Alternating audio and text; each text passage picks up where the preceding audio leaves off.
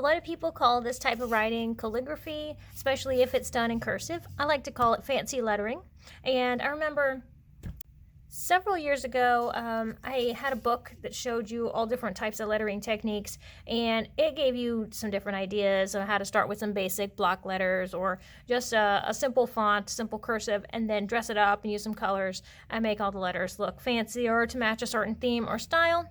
And just since then, just kind of played around with some of the different techniques and sort of made up my own different styles that are really easy to recreate.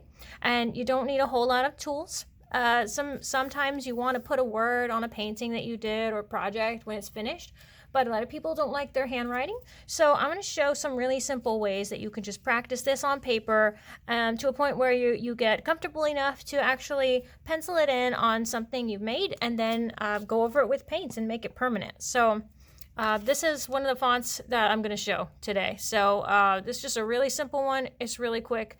And anybody can do this. Even if you don't have a steady hand, you just go a little slower with it. So we'll set that aside.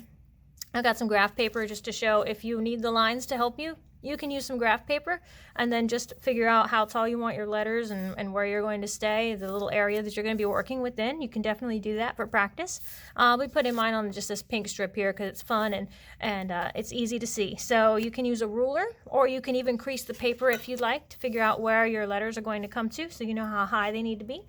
As you can tell, with this one, even though I didn't mark it ahead of time with a ruler, it does sort of stay within a certain area here, a little zone on the paper. So all my letters kind of come up to that same point, more or less, and then on the bottom, you can sort of see the same thing happening. The letters reach down to about the same point. And so that's kind of what we're going to work within. Also, your lowercase letters, drop them down a little bit lower. So like the E, the O, the I, the N, all those are going to be a little bit lower than your uppercase letters. So let's just start by marking a little space very lightly with the pencil where we're going to work. Try to center it on the paper, and sometimes you do have to go and count your letters. If you are putting this onto something and you want to make sure it's right in the middle where it needs to be, just count your letters and figure out what kind of space you're working with. So I'll just mark this off lightly. So we know where our top letter is going. The top of our letters will reach up to there, and then the bottom of the letters will reach down to about here.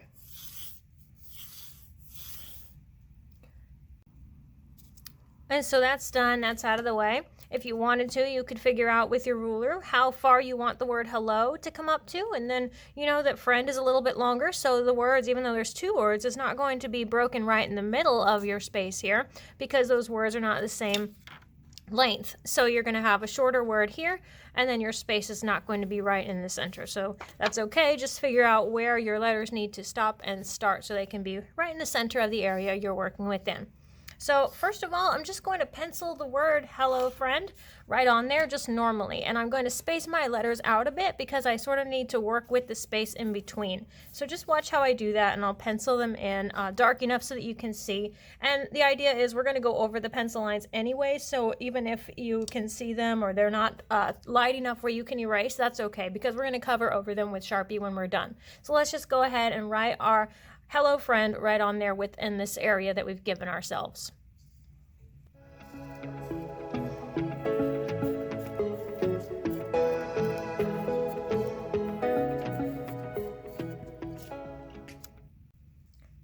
So you can tell I space it out a little more than you normally would.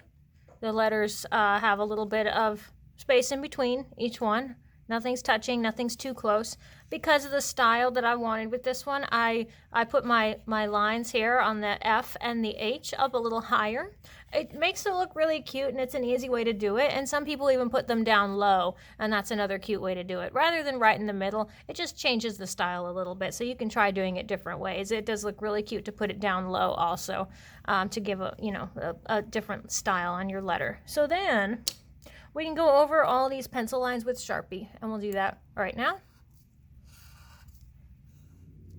I have some Sharpies that are dull, like this one. You can see the point of it is very blunt. And this one I don't like to use for lettering because it's, for one, it's starting to get dry, but also I don't have a very precise line. So I like to use the ones that are actually still fresh and haven't been beat up too badly. This one's still pretty sharp, and so I get a finer line when I go to write with it, and I don't want to press too hard because I don't want this to happen to my new Sharpie too soon. So these are fine for coloring in if you need to color in a space or just mark something roughly, but because we want a precise line, we're going to use our best Sharpies that have the finest little point at the end. So this is just penciled in and then gone over with Sharpie. Now watch how this is such a simple way to give it that calligraphy look, because a calligraphy marker has a chisel edge, so it's wide if you turn it one way, and then turning it the other way it is narrow.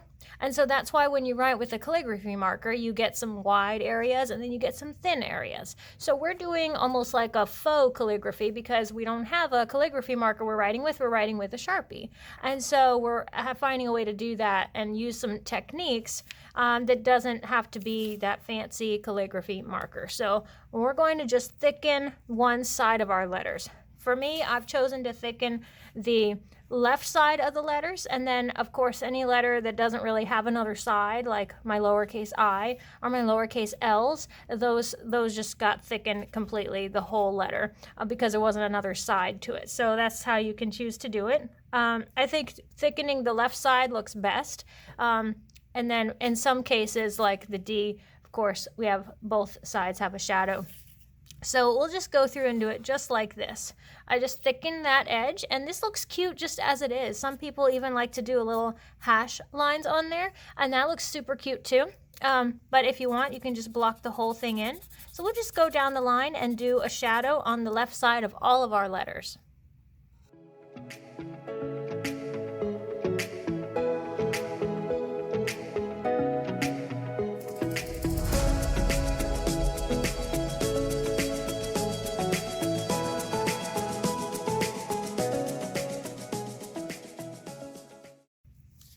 And now that we've got those sides thickened, and you can see how easy that was, just so simple, and you can take your time and go as slow as you need to. Once it's all written out though, really then there's not much else to it other than to just go and make those shadow areas, thicken the size that you want to thicken, and then if you want, you can go and just add some little, maybe little decorative ends onto your letters. You could sort of extend some of those lines, maybe give it like a neat little edge on there, wherever you'd like.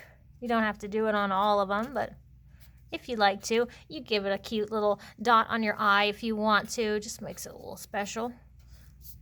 And this is a really easy way to label something for somebody, to personalize a gift you're giving, maybe make a tag, maybe you painted something, you want to put a name on it, something like that. It's a really easy way to do it, and you can always just start with pencil and go from there. You can color it in with a Sharpie. You could use a paint pen. You could even use a paintbrush if you'd like. That way you can always touch it up easily. If you're using a paintbrush, you can paint right over if you make a mistake or go outside the lines. But something like this is so easy, and all you really need to do it is just a piece of paper, a ruler, if you like, a pencil, and a Sharpie. And anybody can do something that's just as cute as this.